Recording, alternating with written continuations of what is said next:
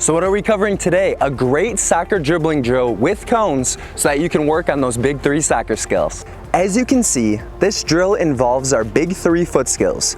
The jab step, which is also known as the body feint or shoulder fake.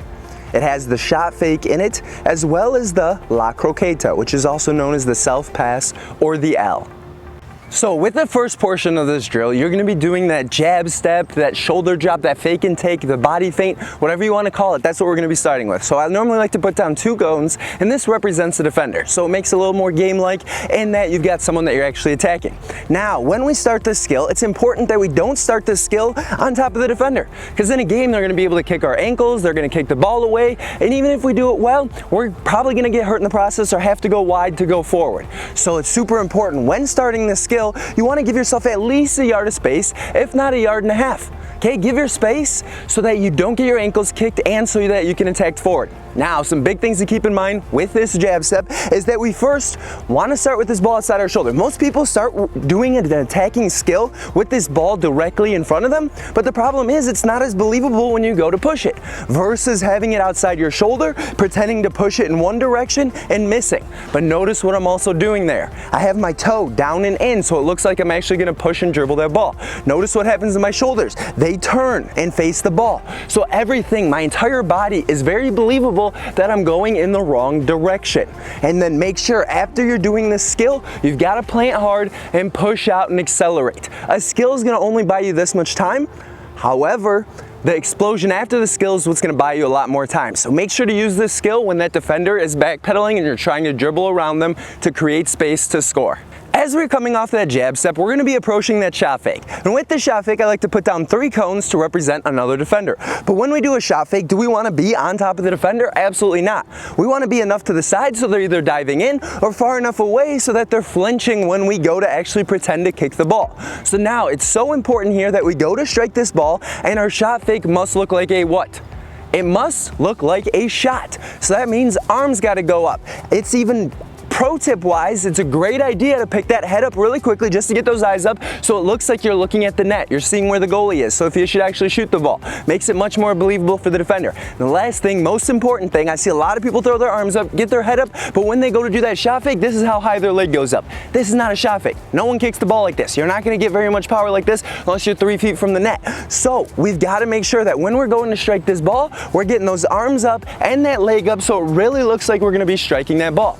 Now, when it comes to the shot fake that you use here, if you want to do a shot fake to where you're stepping on the ball and accelerating out, great. If you want to do a shot fake cutting it with the outside of the foot, great. You want to do a shot fake cutting with the inside of the foot, great. We've got a video that covers all the different shot fakes that are effective and that you can use in a game. So make sure to click on that video if you want to learn a little bit more about these shot fakes, but it's got to be believable. It's got to be believable. You want this defender to either bite if they're pretty close to you, or you want them to flinch. And if your shot fake does not look like a shot, it's just not going to be believable. So make sure, get that back leg up. So in the comment section below, let me know which shot fake do you want to be using in this drill. Let me know. You can use, again, like I showed you, the outside of the foot chop, inside of the foot cut. You can do that step on, step out. You can even do a jump turn here where you're jumping past that ball and accelerating out. Let me know which one you're going to do in this drill. Now, as you're accelerating away from that shot fake, you're going to be turning and you're going to be approaching what I like to put down as 3 cones. So this represents the self pass, the la croqueta, the L, whatever you want to call it. And now, putting down those 3 cones, especially when you're doing this, if you have trainees or even you yourself, having different amount of cones and a different way they're set up for each one makes it a lot easier for the kid to focus more on the skill and less about trying to remember each skill that you're supposed to be using in a game. Because he's got to come fluid, you want to know, you want them to be able to see, all right, that defender's reaching in on this skill, so I'm going to be able to take it around them. In that jab step that we did a little bit earlier, that defender's backpedaling. All right, I want to do the jab step and explode by.